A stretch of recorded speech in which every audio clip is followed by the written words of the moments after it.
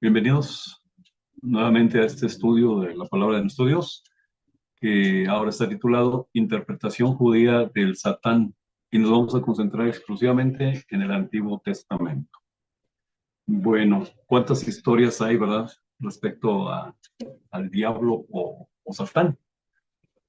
Cuando crecimos en nuestra infancia, quizá nuestros antepasados, nuestros abuelos, nos contaban historias, ¿verdad?, de espantos, decíamos, de terror, en donde había anécdotas, por ejemplo, de que mi abuelita nos platicaba, de que se decía de un hombre vestido de negro con sombrero de copa, que llegaba en la madrugada a una cantina, se le acercaba a un hombre borracho, que ya no tenía dinero para seguir tomando, y le preguntaba si quería más dinero, y el hombre le decía que sí quería más dinero para seguir tomando, y le decía, bueno, te lo presto, pero me lo pagas, sí, yo te lo pago, decía el borrachito. Y le daba dinero y seguía tomando el borrachito. Entonces, antes de que amaneciera, el hombre vestido de copa, el hombre elegante, vestido de negro, con sombrero de copa, se acercaba nuevamente al borrachito y le decía, págame lo que me debes, y él decía, no, no tengo.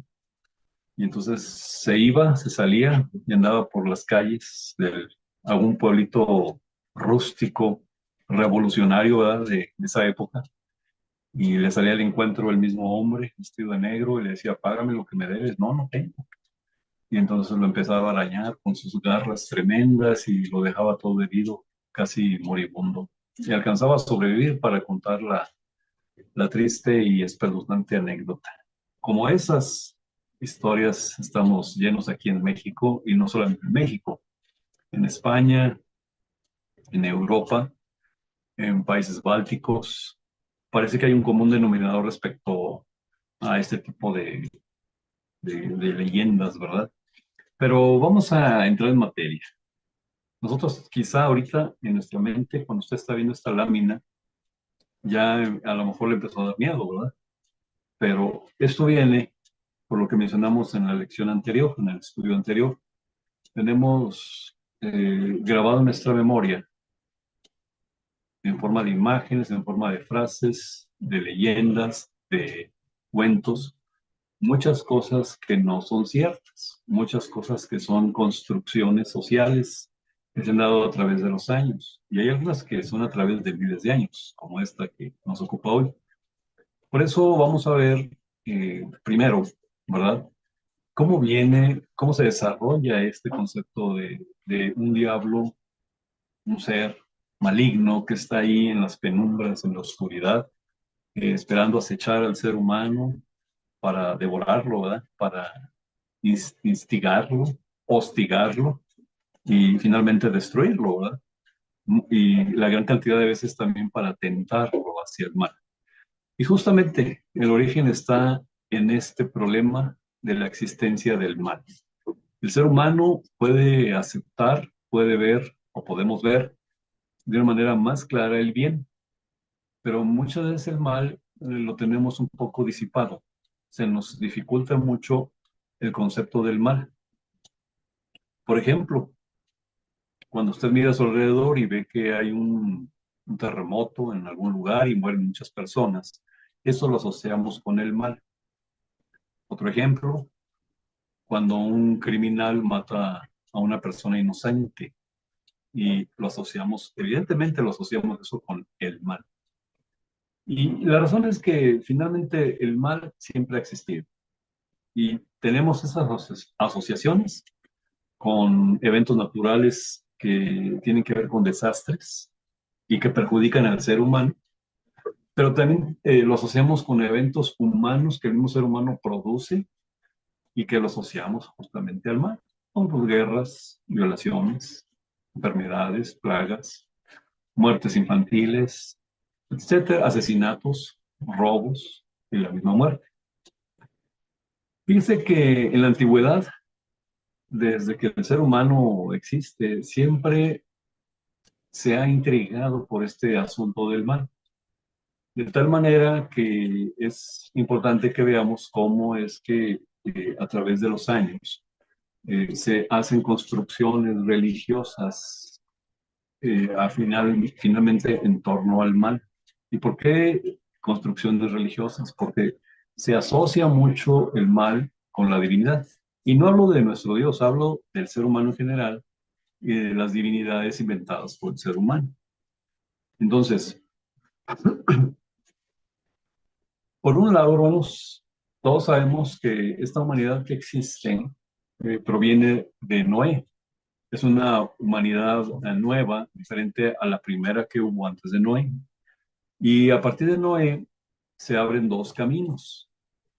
Un camino que es la explicación divina de las cosas que existen, incluyendo el bien y el mal. Y el otro camino es un camino humano o humanista que abre el mismo ser humano con encabezando este principio, este nuevo camino, construyéndolo Cam, uno de los hijos de Noé. Cam con su hijo Canaán, su hijo Misraim, eh, Put y Lud. Con sus hijos, Cam construye otro camino diferente al de Dios. Y las interpretaciones que Dios da a las personas, ahora Cam y sus descendientes, sus hijos, van a dar diferentes interpretaciones. Van a dar la que ellos quieren y van a dar explicaciones diferentes del único Dios. De hecho, ellos van a desarrollar muchas divinidades porque van a desafiar al verdadero Dios por las cuestiones que ya sabemos que sucedió en la vida de Cam. Entonces ellos empiezan a hacer una construcción y esta construcción alrededor de cómo surgió la creación la desvirtúan. Ellos conocían por parte de Noé el origen de la creación, como la conocemos nosotros en la Biblia. Ellos la conocieron así también, porque esa historicidad creacional permanece muchos siglos hasta que llega Moisés y escribe por primera vez en papiros, empieza a escribir el origen de la tierra y la creación hasta su entorno presente de Moisés cuando sale en Egipto. Entonces, pero la otra rama del ser humano que está abanderada por Camp, ellos hacen construcciones diferentes, construcciones históricas diferentes de la creación para separarse ellos totalmente de Dios mismo. No les interesa saber nada de Dios y quieren dar otro tipo de explicaciones a sus generaciones. Y es así como surgen los mitos de la creación. Así que en esos mitos, a través de los siglos, van construyendo muchas divinidades, poniendo un Dios supremo o un rey de divinidades, que es el máximo líder divino que controla todo. Los demás dioses también los controla la naturaleza. Y, pero todas estas divinidades eran responsables del bien y del mal. La capacidad de controlar todos los eventos y el bien y el mal se le llama la omnipotencia. No solamente los que mantuvieron la originalidad del mensaje de Dios, que son los descendientes de Noé a partir de Sem, o la línea de Sem, que mantienen intacta la instrucción y la enseñanza, no solamente ellos hablan de Dios, el Dios omnipotente, o el Todopoderoso, que es como se le llamaba, Todopoderoso, sino que la otra ramificación humanista también habla de una omnipotencia, pero en las divinidades que ellos construyen. Entonces, finalmente, lo que habla Dios, por ejemplo, en la Biblia, habla de que quien origina o quien da origen al mal no es la divinidad, sino el mismo ser humano.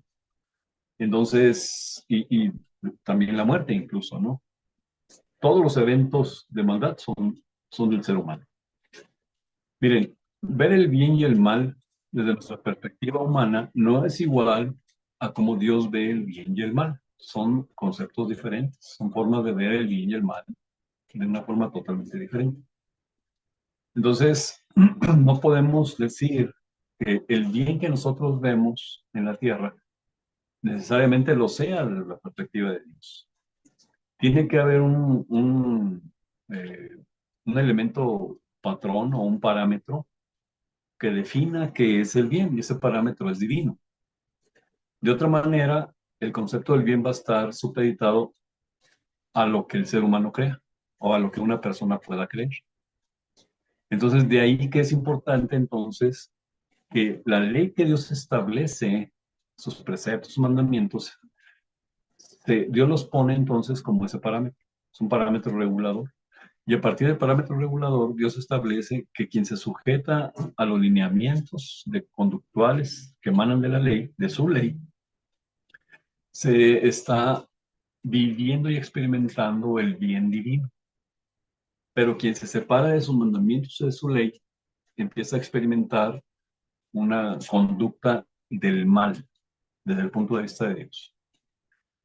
¿Por qué digo que es eh, para el ser humano muy relativo el bien y el mal? Si se ve desde el ser humano el bien y el mal. Porque es muy sencillo. El ser humano que tiene una tendencia a pensar como Cam, el descendiente de Noé que se separa de Dios, no quiere a veces saber ni conocer el parámetro de Dios. En consecuencia, él establece su propio parámetro del bien y el mal, establece sus propias reglas. Y aquí estamos hoy, en la actualidad, por ejemplo, en un sentido en donde tenemos leyes, por ejemplo, leyes humanas que dicen que el aborto, es un ejemplo que estoy usando, el aborto es legal y es permitido hasta cierto tiempo de embarazo de la mujer. Y sin embargo, el ser humano dice que eso es bueno, que el aborto está bien siempre y cuando se practique de acuerdo a la ley humana. Y esto se contrapone al principio de vida que Dios establece, precisamente justamente en la Biblia, en donde habla de que la elección de Dios comienza desde el vientre materno, es decir, en la criatura que se está gestando. Y si se interrumpe la vida, aunque la criatura todavía no tenga los elementos para considerarse un ser humano con toda su potencialidad, sí se está coartando la posibilidad de que suceda la vida de un ser humano potencial. Entonces, fíjense cómo los conceptos del bien y el mal son diferentes, depende de quién lo mire. ¿Lo mira a Dios? ¿O se está mirando con un lente divino? ¿O se está mirando con un lente humano? Entonces, y así tenemos muchos ejemplos, ¿no? En la ley de Dios hay un mandamiento, pongo otro ejemplo, que dice, no te marcarás la piel, que era una práctica muy antigua, marcarse la piel para hacerse figuras o tatuajes. Y sin embargo, hoy es comúnmente aceptado por la gente, ¿verdad? Que es algo bueno y normal, que no es mal.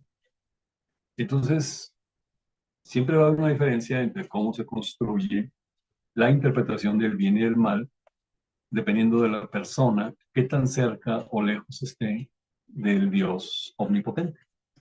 Entonces, a final de cuentas, el ser humano separado de Dios siempre va a querer racionalizar el concepto del mal. Y como no lo tiene bien racionalizado, quiere identificarlo como del lugar.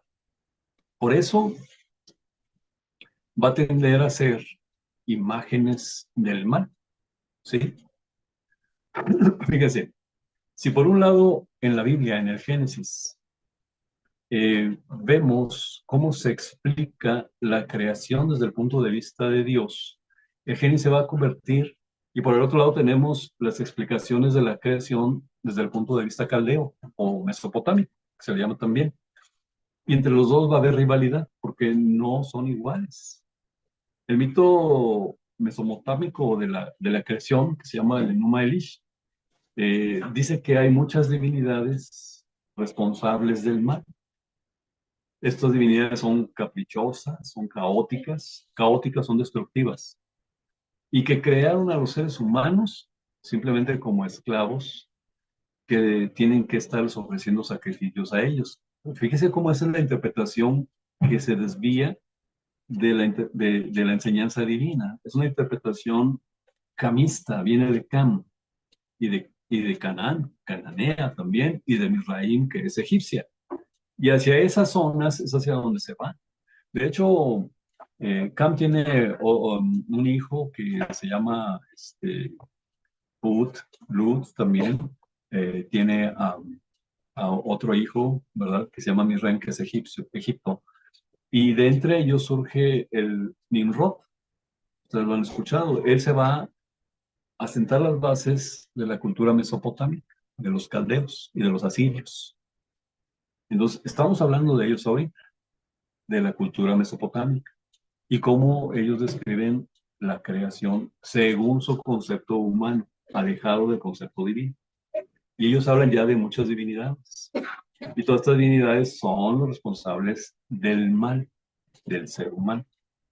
Sin embargo, en forma opuesta, Dios se presenta, el Dios de Israel, ¿verdad? El Dios de la Biblia, se presenta totalmente diferente.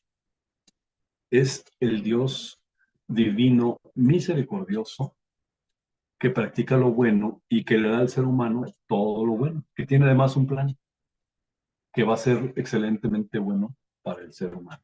Entonces, los relatos bíblicos del Génesis, de la creación, con respecto a los relatos mesopotámicos de los caldeos y asirios, es decir, de los mesopotámicos, van a estar siempre en pugna, no van a ser iguales.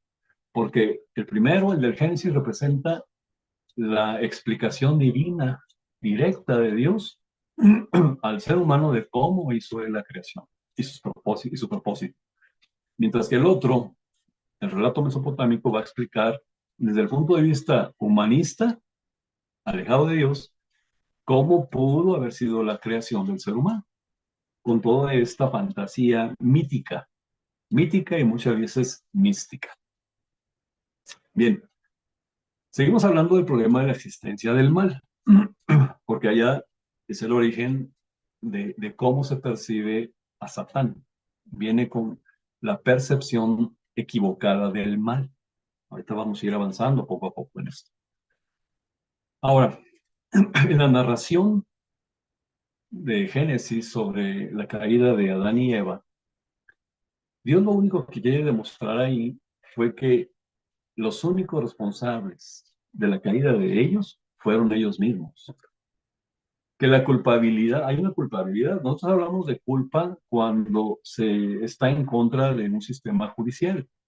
En este caso, el sistema judicial es divino, porque Dios pone las leyes y los mandamientos, primero leyes y mandamientos de orden jurídico al ser humano, se los pone Dios, y ellos mismos son los primeros en romper el orden jurídico, un orden jurídico divino.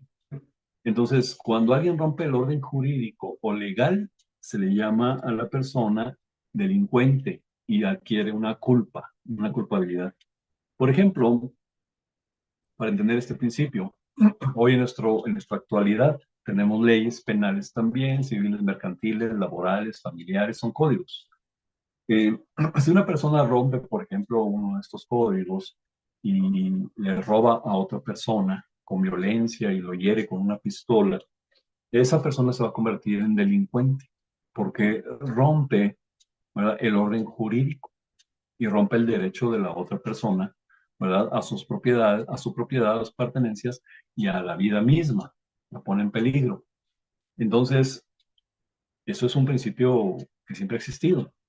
Sin embargo, Dios también tiene un orden jurídico divino que es supremo, es superior al orden jurídico humano. Y cualquier persona que lo rompe también se hace delincuente. Ahora, ese ladrón, cuando roba y casi mata a una persona, se hace culpable porque el delito se convierte en un delito culposo, es decir, a propósito y con los agravantes de la ley que usted ya sabe, premeditación, alevosía y ventaja. Eso provoca que haya culpabilidad en la persona. Pero ¿qué sucede cuando, por ejemplo, en un accidente de tránsito, un vehículo choca accidentalmente contra otro? Ese ya no es un delito. Y como tenemos una reglamentación al respecto, se entiende que la persona que provoca el accidente no es culpable, es responsable. Entonces, son conceptos diferentes, ¿verdad? Entonces, a nosotros tenemos que tener la capacidad de identificar de qué estamos hablando cuando se trata de romper el derecho de los demás. Bien, en el caso de la ley de Dios, de su orden jurídico, pues Adán y Eva son los que son culpables de romper el orden jurídico y de contravenir el derecho divino. Es decir, le quitan a Dios los derechos que tiene Dios sobre, sobre la vida y sobre, por ejemplo, en este caso, el árbol de ciencia del dinero es un derecho divino de Dios, valga la redundancia, la posesión de ese árbol le pertenece a Dios y lo pone en el huerto como señal de que sí va a hacer un uso del más adelante con ellos, pero no en ese momento. En fin, entonces el origen del mal está en el ser humano y el mal provoca muerte en el ser humano. Vamos hasta ahí ahorita. Ahora, en el sentido humanista, eso es lo que dice Génesis y ese es el concepto divino del bien y el mal. Ahora, el concepto humanista. La gente a lo largo de los años, cuando ya empezaron a tener el sistema de gobierno que empezó, por ejemplo, con líderes, con autoridades ya bien establecidas, con un formato de gobierno más organizado, jerárquico, y estamos hablando, por ejemplo, de la monarquía. Entonces, los reyes tenían cortes de nobles, consejeros, es decir, tenían funcionarios y tenían personas relacionadas a la realeza. Y se decía que como en la tierra también sucedía en los cielos. Y entonces ellos interpretaban que si en la tierra había un rey, en el cielo también había un rey, que en este caso era la divinidad. Y si en la tierra había funcionarios de menor rango que el rey, pero eran nobles, o sea, de la misma realeza, entonces en el cielo también había seres de menor rango que Dios, pero también de la misma naturaleza. Entonces, así se establece una especie de equivalencia en el sentido humanista. Los superiores, por ejemplo, en el judaísmo, eran los ángeles. Y las deidades inferiores, que en griego es daimons, después vamos a ir al tema en la siguiente clase, eran originalmente neutrales, pero después con el tiempo fueron culpados del mal por las mismas personas. Entonces, fíjense bien cómo eh, se establecen jerarquías y se define lo que hay en el cielo con respecto originalmente a lo que hay en la tierra. Y se quiere ver que lo que existe aquí en la tierra también existe en el cielo. Son los primeros conceptos, ¿verdad? Ahora, siguiendo hablando del aspecto humanista del mal, de cómo se ve el mal, cómo se está interpretando el mal.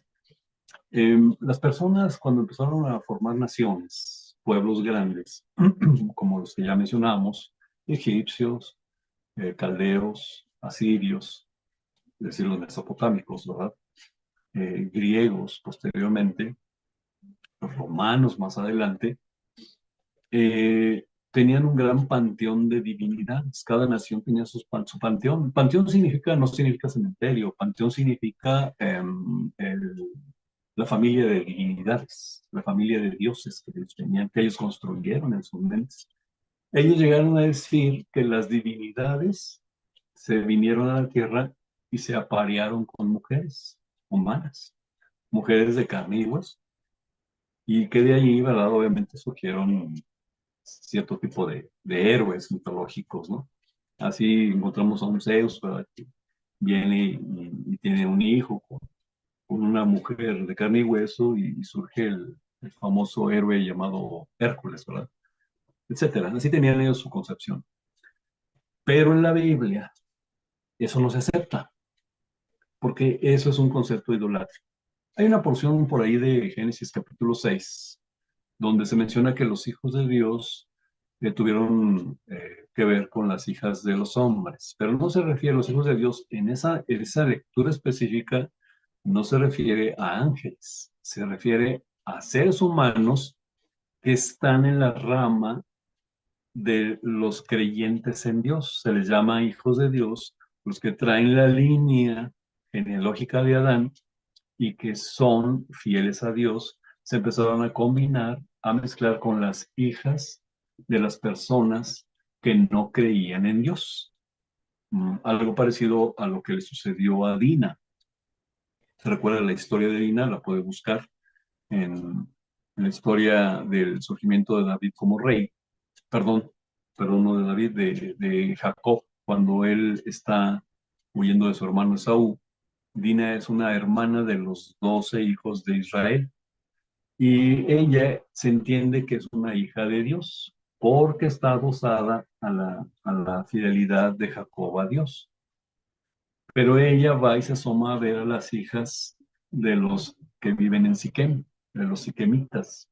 Y se entiende en la historia, en la narración, está implícita e inherente una disociación. Dina representa a las hijas de Dios y las muchachas, las jóvenes que viven en Siquem representan a las hijas de los hombres. Algo parecido sucede allá en la antigüedad antes del diluvio, que provoca que haya mucha maldad. En aquella ocasión, los hijos de Dios se ven disminuidos en cantidad con respecto a los hijos de los hombres. Pero bueno, lo importante de todo esto es ver cómo se van construyendo supuestos imaginativos acerca de estas divinidades, ¿verdad? De estas divinidades, eh, pues, mentales, ¿verdad? En la mente de las personas. Miren, hay algo muy importante, ya entrando en materia del Satán. ¿Qué pasa cuando la mentalidad humana no alcanza a comprender el mal? El bien sí lo comprende, pero el mal no lo alcanza a comprender. Sucede el mismo fenómeno que hoy está sucediendo con la muerte. Muchas personas hoy no pueden explicar la muerte o no la pueden aceptar, no la aceptan. Y algunos, como no la aceptan, dicen, pues sí murió mi familiar, pero allá donde esté, yo sé que me cuida. Esa es una interpretación humanista de la muerte, en donde la persona que ya falleció, irónicamente, no murió para la persona. Bueno, también sucede con la muerte en ese sentido, porque al no entenderla, la gente empieza a personificarla. Acuérdense que la personificación es un medio que usa el ser humano para tratar de explicar algo que no comprende. Y aunque es un género literario en la Biblia, también es una práctica constante en el ser humano. Entonces, ¿cómo se personifica hoy a la muerte? Se personifica con un esqueleto humano y con una hoz, una guadaña, ¿verdad? Se le da gobierno con una hoz que tiene la capacidad de cortar la cabeza a las personas, cortarles la vida. También muy modernamente, aquí en México, por ejemplo, hay un canal público de la televisión que proyecta un programa parece que se llama Un día para vivir, un día para vivir.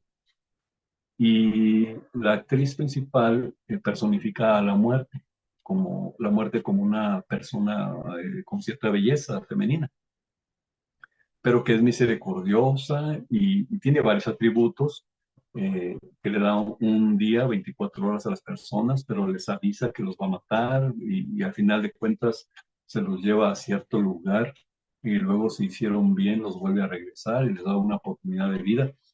Todas esas aptitudes o capacidades que tiene son imaginación del ser humano incapacitado de darle un significado a la muerte. Bueno, lo mismo sucede con el mal. El mal es una acción, es un elemento, ¿verdad? Que existe, pero no tiene vida propia. Y sin embargo, el ser humano personifica el mal. ¿Cómo empieza esta personificación para tratar de identificar más claramente el mal? ¿En qué momento sucede? Bueno, y darle forma, ¿verdad? Porque al mal se le va a dar forma en función de un ser específico, así como hoy se le da forma a la muerte, como un ser específico, con vida propia, así también los antiguos le empezaron a dar forma al mal con un cuerpo, con una figura específica. Miren, en la biblioteca de la ciudad de Treveris, en Alemania, existe un manuscrito, ¿vale? Lo llamamos el Apocalipsis de Treveris. Usted lo puede buscar ahí en Google, el Apocalipsis de Treveris. De hecho, al final de la clase, en el grupo de WhatsApp, vamos a pasar, les vamos a compartir el enlace al manuscrito para que ustedes lo chequen con más calma. Y es una versión antigua, fíjese bien, entre el año 800 y 825 de nuestra era. Estamos hablando del siglo IX de nuestra era. Su autor se puso a dibujar el Apocalipsis y ahí hay grabaciones ilustradas. En una de ellas se muestra una grabación, o sea, un dibujo, una ilustración, donde el arcángel Miguel lucha con ángeles rebeldes, interpretando este escritor e ilustrador de esa época una parte de Apocalipsis. De hecho, representa todo el Apocalipsis. Perdón, pero él lo representa en el sentido en que no tienen diferencia de que los que están luchando contra los buenos contra los malos tengan una figura perversa o un rostro perverso, son iguales. La única diferencia es que los buenos tienen unas coronas de luz y los malos no tienen la corona y están cayendo, ¿verdad? Y en medio hay un dragón que lo dibuja como una serpiente, como un dragón.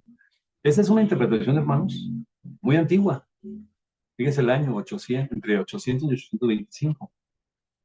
Pero no existía la interpretación de que esos ángeles que habían sido vencidos tuvieran rostros malignos, hablando del mal. Aquí tenemos la lámina ya aumentada. Bueno, entonces, este escritor lo que hace es dibujar varias porciones del libro de Apocalipsis. Y esta es una forma de interpretar un escrito, ¿verdad? En este caso, un escrito bíblico, el Apocalipsis, el libro de nuestra Biblia. Entonces, esta, dice un estudioso, ¿verdad? Que es quizá la representación más antigua de los demonios o de los ángeles de menor rango. Demonio es un ángel de menor rango, es una divinidad de menor rango. Y esta es una interpretación de las más antiguas que hay, sin que estén desvirtuados o alterados sus rostros con respecto a los buenos, ¿verdad? Como quiera que sea, es una interpretación humana de alguien que está tratando de entender el Apocalipsis. Y la interpretación no está explicada, es a través de un dibujo, ¿verdad? Ahí ustedes van a ver que los ángeles rebeldes que menciona aquí son derrocados por compañeros, ¿verdad? Ángeles que los derriban. Tienen alas, tienen el mismo tipo de vestiduras largas, tienen sus cabellos rizados igual que los vencen, y lo único que les falta es la aureola o el círculo de luz. Y hay un análisis de esta periodista italiana Paola Giovetti, ¿verdad? En este libro donde explica eh, este, esta ilustración antigua. El Apocalipsis de Treveris, que es este que estamos hablando, perdón, es la más antigua, hermanos, la más antigua eh, interpretación ilustrada de la Biblia, en este caso del Apocalipsis de Juan. Este escrito se cree, ¿verdad?, que fue escrito en un monasterio situado en el oeste del Imperio Carolingio, en una abadía llamada de San Martín de Tours, o de Tours, dice aquí, al norte de Francia, de lo que hoy es Francia. Lo encontraron, fíjese bien, en el siglo XI, en el monasterio de San Acarius de Treveris, o de Treveris, ¿verdad? Con la secularización de los conventos en 1802. Ya estamos más adelante. Después, con esta secularización, realizada en 1802, fue trasladado a la biblioteca de la Escuela Central de la ciudad y luego a la biblioteca municipal cuando se creó en 1804. Y luego, durante la Segunda Guerra Mundial, esta colección se trasladó a la ciudad de Gießen para finalmente regresar a la ciudad de Treveris después de la Segunda Guerra Mundial. O sea que hoy en la actualidad permanece ahí en la biblioteca de Treveris, en Francia. Su origen, como ya dijimos, está entre el año 800 y 820, que es una época en la que se es coronado Carlomagno. Y esta fecha principalmente sucede en la época alta medieval, la época medieval alta. Entonces, se ha conservado el manuscrito este pero no el manuscrito romano del cual proviene el original. Así que, bueno, se encuentra ahí, pero es muy interesante porque a nosotros nos sirve para el estudio que hoy tenemos, saber desde dónde viene antiguamente el concepto del mal. Ya se empieza a dibujar al mal, pero sin darle una personificación todavía maligna o con rasgos de animal o rasgos, eh, como se dice, alterados en el rostro, etcétera. Ya al mal se le está identificando con un grupo de ángeles. Ahorita no vamos a hablar si está correcta la interpretación, sabemos que no, pero lo que nos interesa es saber cómo este tipo de pintura, ¿verdad? Ya tiene un contexto del bien y el mal, la lucha de los ángeles con los ángeles buenos, por decir así, con los ángeles caídos. Son 74 dibujos, 74 láminas las que tiene este libro, el Apocalipsis de Treveris. Y todas las ilustraciones están a color y en ellas pues van relatando a través de representaciones, fíjese bien, de personajes que los convierten en personajes mitológicos, según la interpretación del dibujante. La base en la cual se basó este autor que hizo los dibujos y su interpretación personal es la Vulgata italiana, que está en latín. Esa Vulgata, acuérdese usted que era la Biblia que la Iglesia Católica tomó como la Biblia oficial de la Iglesia Católica, la Vulgata. Entonces, las ilustraciones que se ven ahí son ilustraciones católicas de una persona católica que así veía al Apocalipsis y en particular cómo él empieza a ver el mal y cómo se empieza a personificar. Bueno, como este escrito, el Apocalipsis de Treveris, es la base para determinar que todavía en esa fecha para atrás, estamos hablando ya del siglo XI, cuando se encuentra el documento, del siglo XI para atrás, ya hay afirmaciones de varios estudiosos que dicen que no había una interpretación como del demonio o del diablo que se tiene hoy. Este tipo de interpretaciones se empiezan a construir a partir del año 1000, en donde a los ángeles caídos y al mismo mal se le da la figura de una especie de demonio, es decir, demonio es un ser alado, nada más, sin que sea bueno o malo. Pero a partir del año 1000, el diablo comienza a ser representado con apariencia grotesca, monstruosa, humanizado, con una también apariencia de ser humano y animal a la vez, una mezcla de ser humano y animal. Entonces, fíjese cómo esta personificación pasa a ser de un acto, una acción, que es el mal, se le está personificando, se le está dando figura de hombre. En eso consiste la personificación, tratar de darle una comprensión racional a un elemento que no se puede comprender y darle una comprensión racional con imágenes que se tienen en el cerebro de lo que se conoce en el momento. Y es así como comienza la construcción de la figura del diablo como hoy se conoce. Así que hay un escritor italiano, Umberto Eco, que trata este asunto en un libro que se llama Historia de la Fealdad, y él comenta que a partir del siglo XI es cuando comienza a aparecer el diablo como un monstruo con cola, con orejas animalescas, barba, pies de chivo y cuernos, también con alas de murciélago. Entonces, ahí está el origen de la personificación del mal. Se le está dando forma humana y animalesca al mal y se le da un nombre. El nombre que se le da es un nombre equivocado. Ahorita vamos a ver por qué.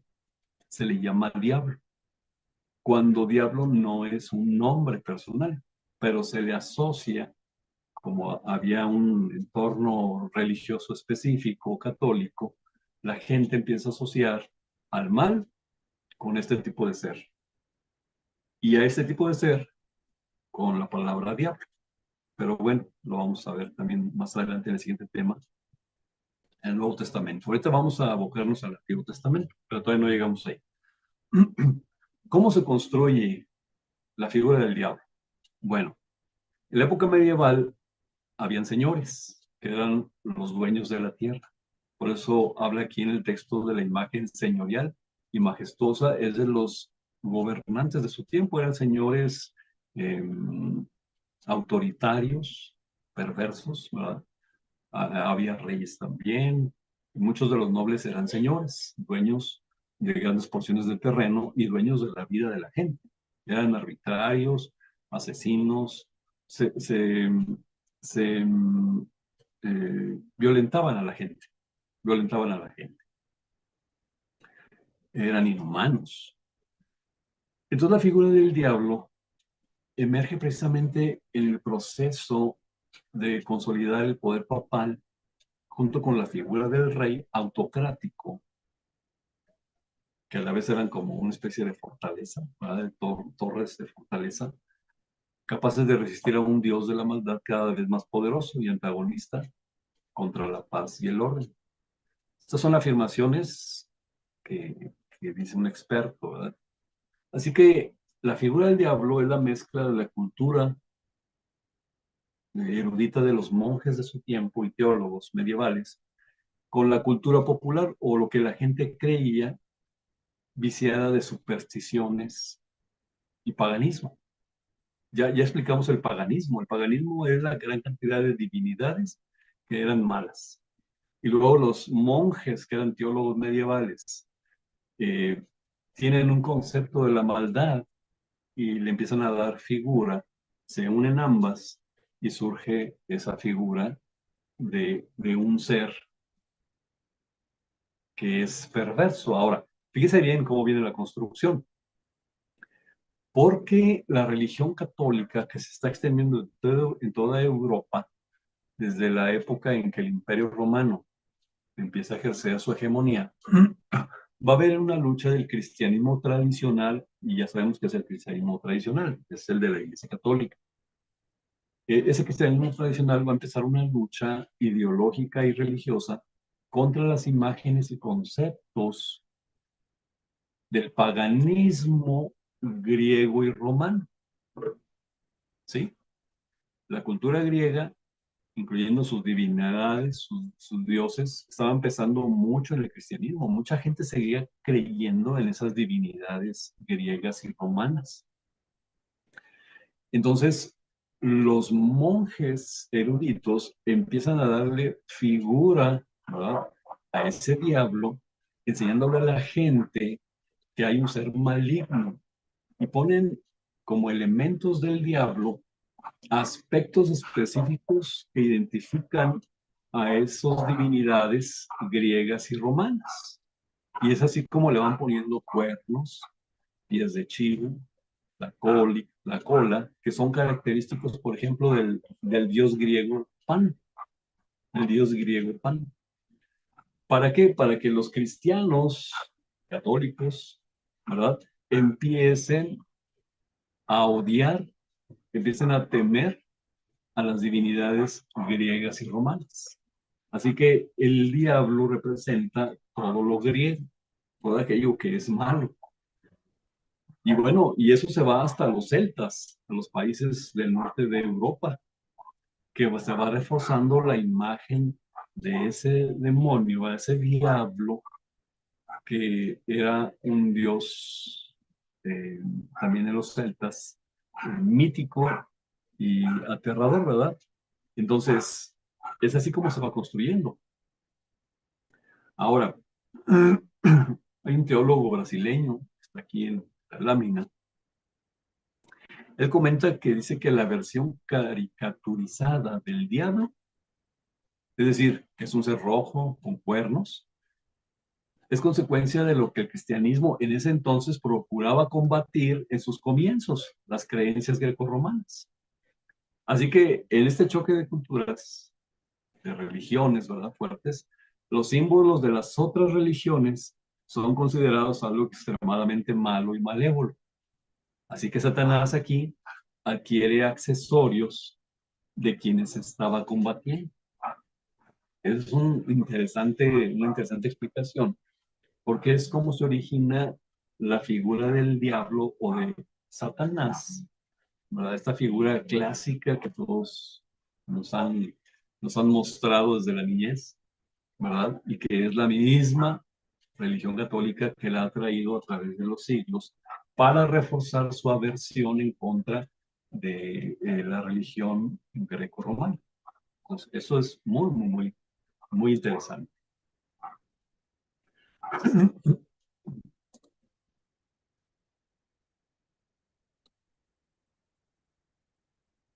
Así que, en resumen, el cristianismo para combatir la religión griega y romana le agrega cuernos al diablo por el dios griego Pan, una figura representada como medio hombre, medio cabra, que seduce a los jóvenes, y le da un tridente, fíjese bien, ese tridente, para combatir al Poseidón griego, ¿verdad? Que es el dios griego de los mares, como el que acaban de colocar ahí en Puerto Progreso, en la península, ¿verdad? De aquí de México, en la península de Yucatán, el dios Neptuno para los romanos. Es el mismo Poseidón griego, Neptuno para los romanos, es el mismo con su tridente.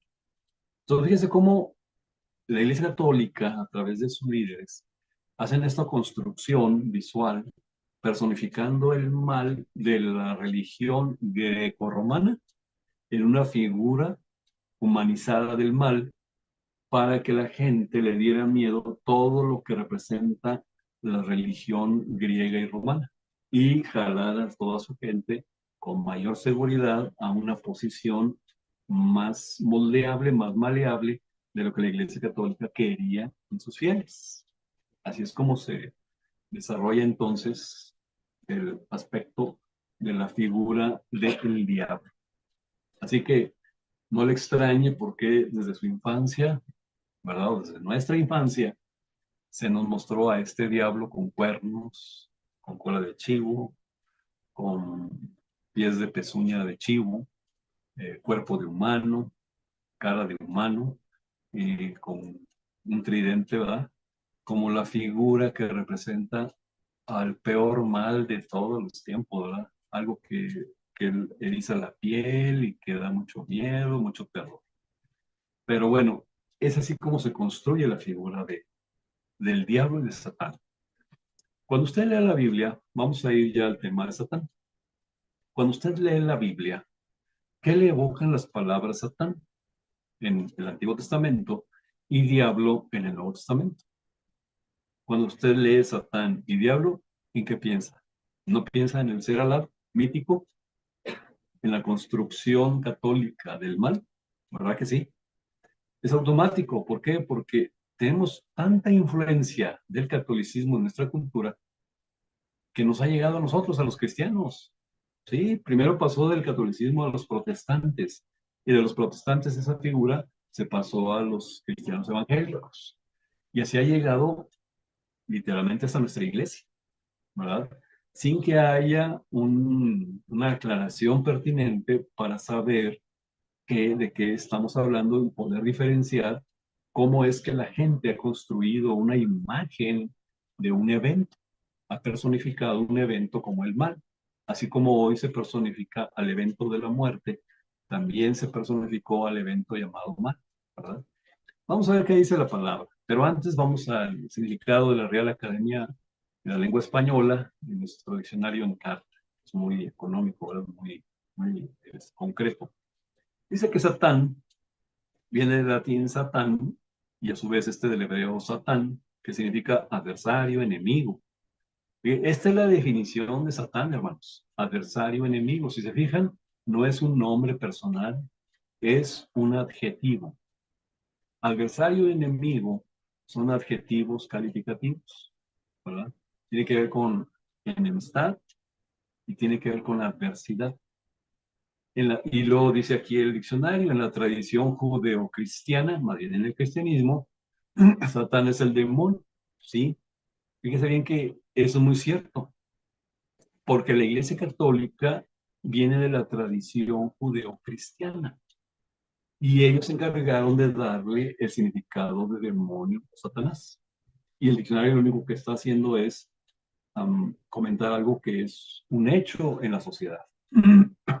Ahora, cuando decimos Satanás, ¿a qué se refiere? En la tradición judío-cristiana, en la tradición se refiere al príncipe de los demonios o al principal demonio. Ya vimos que demonio no es otra cosa que ángel, un ángel de grado menor. Entonces, esas son las definiciones que nos da el diccionario y están empatadas con la percepción social de Satán. No significa que esto sea lo que significa realmente, ni quiere decir lo que nos están diciendo aquí. Simplemente acuérdese usted que los diccionarios como este de la Real Academia de la Lengua Española, lo que hacen es tomar todas las palabras y conceptos y definiciones sociales y las estandarizan en un diccionario. Eso es lo que hacen. Así, tenemos un ejemplo cuando ellos pusieron la palabra chilango en el diccionario y hace alusión a los que viven en el Distrito Federal o en la Ciudad de México, área metropolitana. ¿Pero por qué lo hicieron? ¿Quiere decir que esto es realmente así? No, sino que es el llamado popular o la definición popular o el concepto popular de un evento, de una palabra, lo ha aceptado tanto la gente, lo ha hecho tan normal en su vida social que se puede colocar en un diccionario y decir que así lo ve la gente, ¿verdad?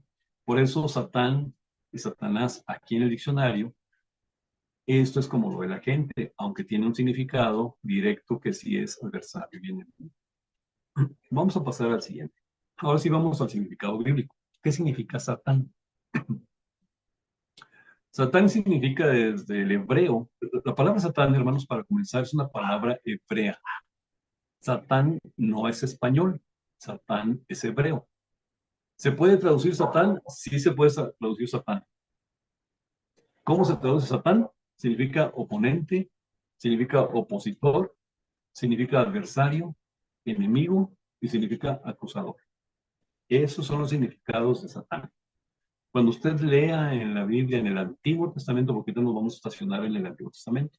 Cuando usted lea el Antiguo Testamento, cuando lea Satán, significa adversario, enemigo, acusador, oponente o el opositor.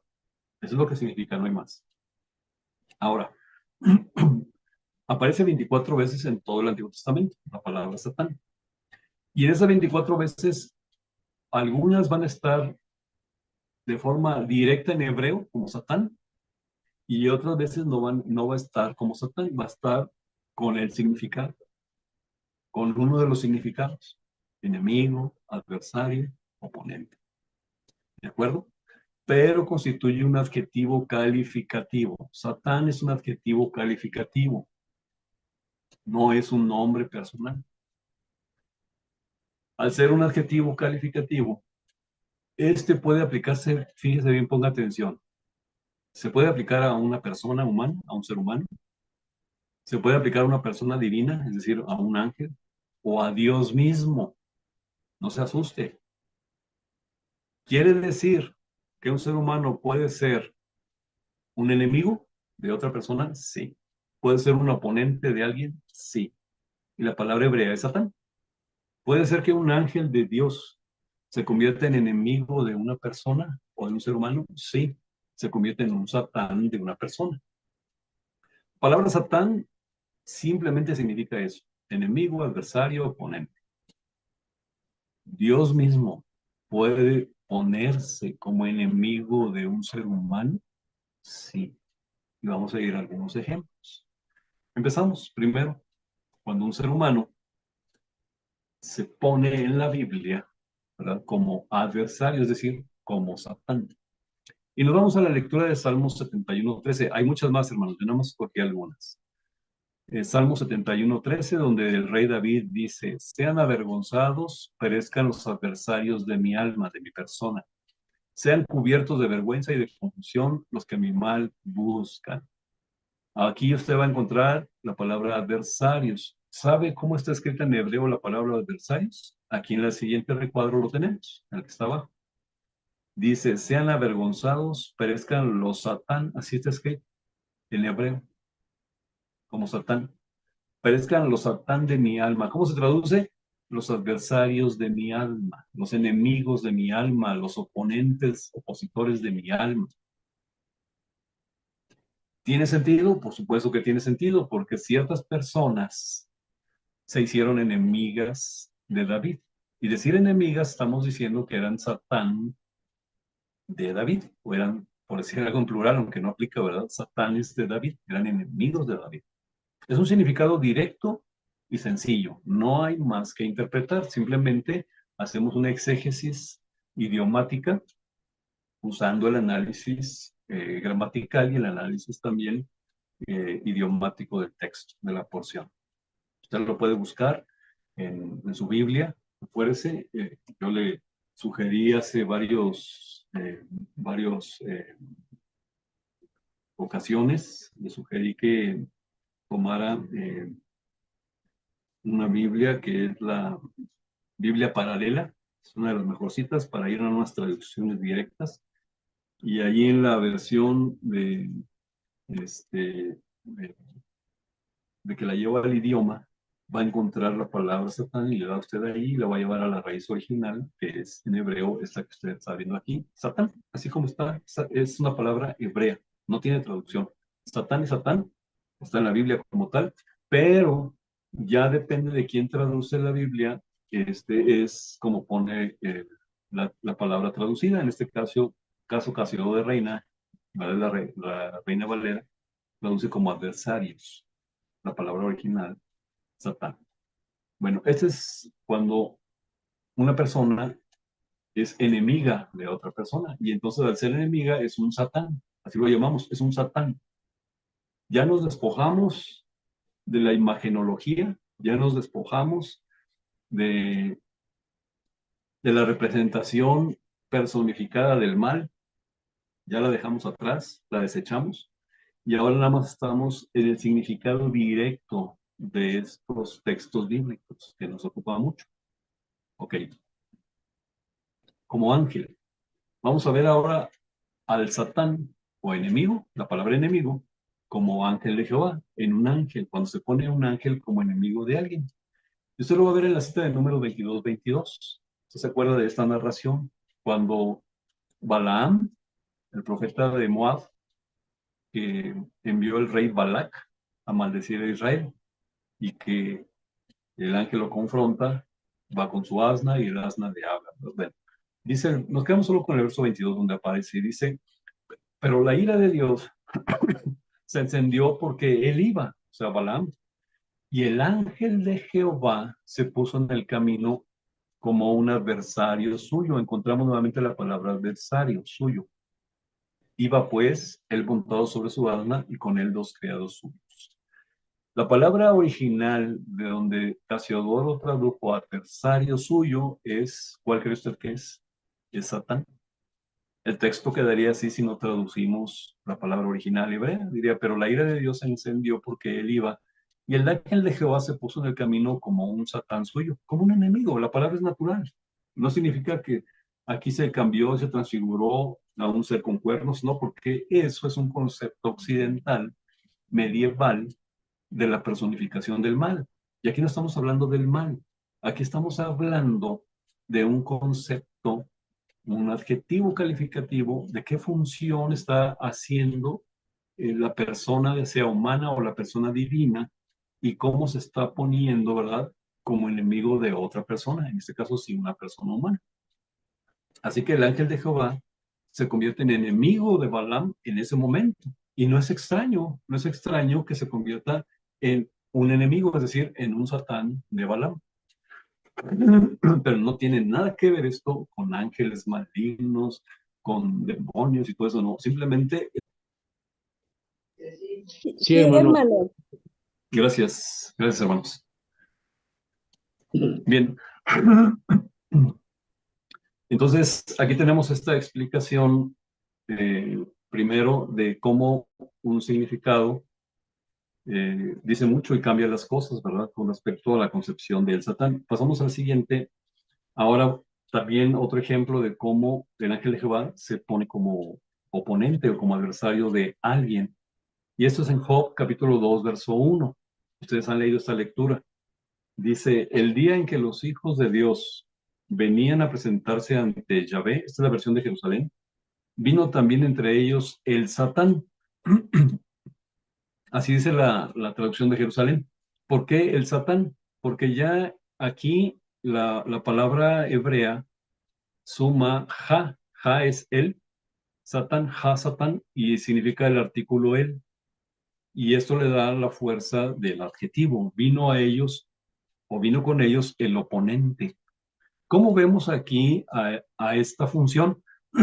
La función que está haciendo este ángel, porque es un ángel, hermanos. No quiere decir que vino un ser maligno con cuernos entre los hijos de Dios, no. Entre todos los hijos de Dios había uno que tenía la función de ser enemigo de alguien. En este caso, el libro es de Job y la narración se desarrolla en torno a Job. Este ángel de Dios, es un ángel bueno, evidentemente, se va a convertir en oponente de Job. Esa va a ser su función, es su adjetivo de él. ¿Cómo entendemos la función de este ángel? Como dice en el siguiente recuadro. Si se va a convertir en adversario de Job, no es para realmente tener el poder de destruirlo, porque este ángel está sujeto a Dios y le pide permiso, ¿verdad? Pero es un acusador. Este ángel tiene la función de acusar. Y los que tienen la función de acusar en el entorno divino, dentro del aspecto jurídico, son los fiscales, o en este caso el fiscal. El fiscal es el que acusa, hace una acusación formal, legal. Un fiscal no puede acusar a un ser humano ante Dios si no tiene pruebas. Y este ángel tiene pruebas de que Job no es perfecto, sino que está pecando, está en pecado. Así que ya de entrada vemos cómo el acusador, el Satán o Hasatán, es un ángel de Dios que va a poner la acusación en la presencia de Dios. ¿Qué hace Dios enseguida? Dios empieza a corregir la conducta de Job, porque sí, resulta que Job no era perfecto, Job era pecador. Es motivo de otro tema ver cuál es el pecado de Job, pero su pecado radicaba en que él, perdón, creía, sinceramente creía, que él podía comprar, vamos a llamarlo así, el favor de Dios para sus hijos.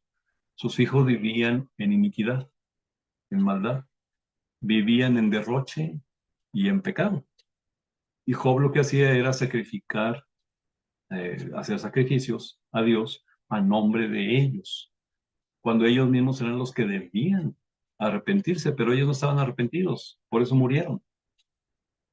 Bueno, no vamos a abundar mucho hoy en el aspecto de Job, pero este ángel, cuando nosotros tenemos la imagen de un Satán personificado, cometemos el error de creer que ese Satán que habla Job es un ser personificado en la maldad. Y no es así. Todos los que se presentan delante de Dios, dice aquí, cuando dice que se presentan delante de Dios, es para darle informe, para darle parte a Dios de lo que está haciendo cada ángel. Y no puede haber un ángel personificado del mal entre ellos, porque todos los ángeles que se presentan con Dios son ángeles de Él. Y este también es un ángel de Dios, es un ángel de Jehová, pero tenía la función de ser el fiscal contra el caso de Job. Estamos en un asunto jurídico. Y por eso Dios va a tratar en todo Job el tema de la ley, va a tratar el tema del poder de su palabra que se convierte en ley. Y Job al final entiende el mensaje. Entonces, fíjense cómo es importante entenderlo así. Vamos a ver también en Zacarías capítulo 3, verso 1, cuando el profeta Zacarías está en una visión, dice aquí, me hizo ver, ya dejamos Job, ahora vamos a Zacarías, dice, me hizo ver después al sumo sacerdote Josué, que estaba ante el ángel de Yahvé. A su derecha estaba el Satán para acusarle.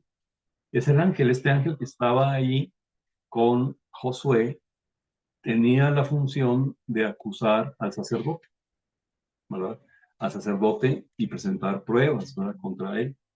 Entonces, la lectura sigue hablando de este mismo aspecto, pero nosotros lo que nos interesa es ver cómo un ángel toma la función de enemigo de alguien. Y eso es muy importante, mucho, muy importante. Bien, voy a darme un poco más de prisa. Ahora vamos a ver al Satán, es decir, al enemigo, como una función de Jehová. Y lo vamos a ver haciendo un análisis comparativo sinóptico, parecido al que se hace entre un evangelio y otro, por ejemplo, Mateo con Marcos y Lucas. Se les llama evangelios sinópticos porque tienen narraciones casi idénticas en algunos sucesos y en algunos eventos. Bueno, también en el Antiguo Testamento tenemos capítulos sinópticos, ¿verdad? Vamos a ver a este primero, en el libro Primero de Crónicas, capítulo 21, verso 1. Dice aquí, así como está escrito en hebreo, dice, alzóse o se levantó, ¿verdad? Satán contra Israel e incitó a David a hacer el censo del pueblo. Fíjese bien lo que dice. Quitándonos si nosotros tuviéramos la imagen pagana, fíjese bien, la imagen pagana de Satán, que es el ser alado, mítico, con alas de murciélago, cuernos, el tridente, cola de chivo y patas de chivo, inmediatamente nos imaginaríamos aquí este tipo de ser, ¿verdad? Levantándose contra Israel y contra David e instigando a David a hacer un censo del pueblo. Pero no fue esa personificación mítica la que está aquí. ¿Quién es este Satán o este enemigo de Israel que se levanta contra Israel e incita a David a hacer el censo del pueblo contra el mandamiento de Jehová? Jehová nunca le ordenó a David hacer censo del pueblo. Es más, hay un mandamiento que dice que no debería censar a Israel. Lo vamos a comparar con la siguiente cita. Primero de Crónicas 21:1 es sinóptico de segundo de Samuel 24:1.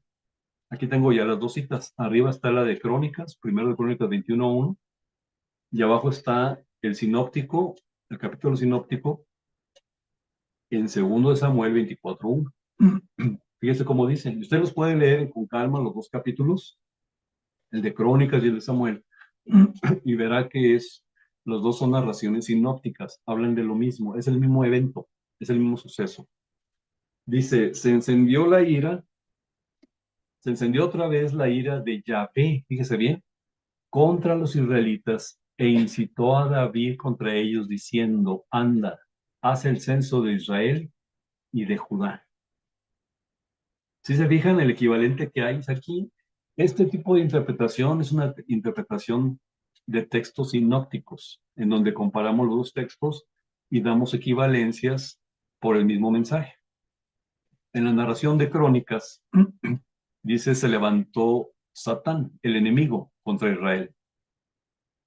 Entonces dice en la narración de Samuel, se encendió otra vez la ira de Yahvé, de Jehová, contra los israelitas, e incitó a David contra ellos. Dios se enoja contra el pueblo de Israel, se enoja contra ellos, y pone como medio a David para cometer un pecado y castigar a Israel.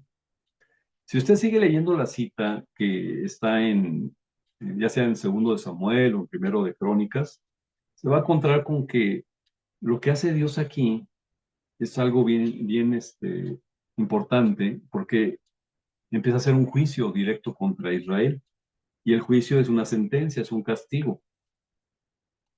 En este juicio, obviamente se va a tomar en cuenta el pecado de Israel. Estamos en 2 Samuel, capítulo 24. Miren, voy a leer una lectura más adelante, que es de 2 Samuel 24. Dice el verso 10, y después que David hubo contado al pueblo, le punzó en su corazón y dijo David a Jehová, yo he pecado gravemente por haber hecho esto, mas ahora Jehová te ruego que quites el pecado de tu siervo porque yo he obrado muy neciamente. Luego dice que Jehová le mandó a David al profeta Gad y le dijo, ¿quieres que te vengan 7 años, en el verso 13, 7 años de hambre en tu tierra? ¿O que huyas 3 meses delante de tus enemigos y que ellos te persigan? ¿O que 3 días haya pestilencia en tu tierra? Piensa ahora y mira qué responderé al que me ha enviado. Y David toma la decisión de que Dios lo castigue directamente. Dice, ruego que caiga en la mano de Jehová, porque sus misericordias son muchas, y no caiga yo en manos de hombres. Y envió Jehová pestilencia a Israel desde la mañana hasta el tiempo señalado, y murieron del pueblo desde Dan hasta Beer-seba 70,000 hombres. Y sigue diciendo el verso 16, y como el ángel extendió su mano sobre Jerusalén para destruirla, Jehová se arrepintió de aquel mal y dijo al ángel que destruía el pueblo, basta ahora, detén tu mano. Entonces el ángel de Jehová estaba junto a la era de Arauna Jebuseo. Y bueno, vemos aquí cómo realmente este juicio, esa sentencia, se convierte en una realidad contra Israel y mueren 70,000 personas por el pecado que hizo Israel. Y entonces, en esta ocasión vemos cómo directamente Jehová, nuestro Dios, se convierte en enemigo de Israel y en enemigo de David. Nosotros tenemos que tener la delicadeza y la especificidad de entender lo que significa Satán. Satán significa enemigo, nada más. Dios no es aquel ser alado, no quiere decir que Dios se convirtió en un ser alado, mítico, maligno, no, simplemente se hizo enemigo de Israel. Eso es todo lo que dice la narración. Así que con este ejemplo terminamos la lección de hoy. Yo espero que sí se haya grabado en YouTube, creo que sí, espero que sí. Si no, lo tendremos que grabar de nuevo.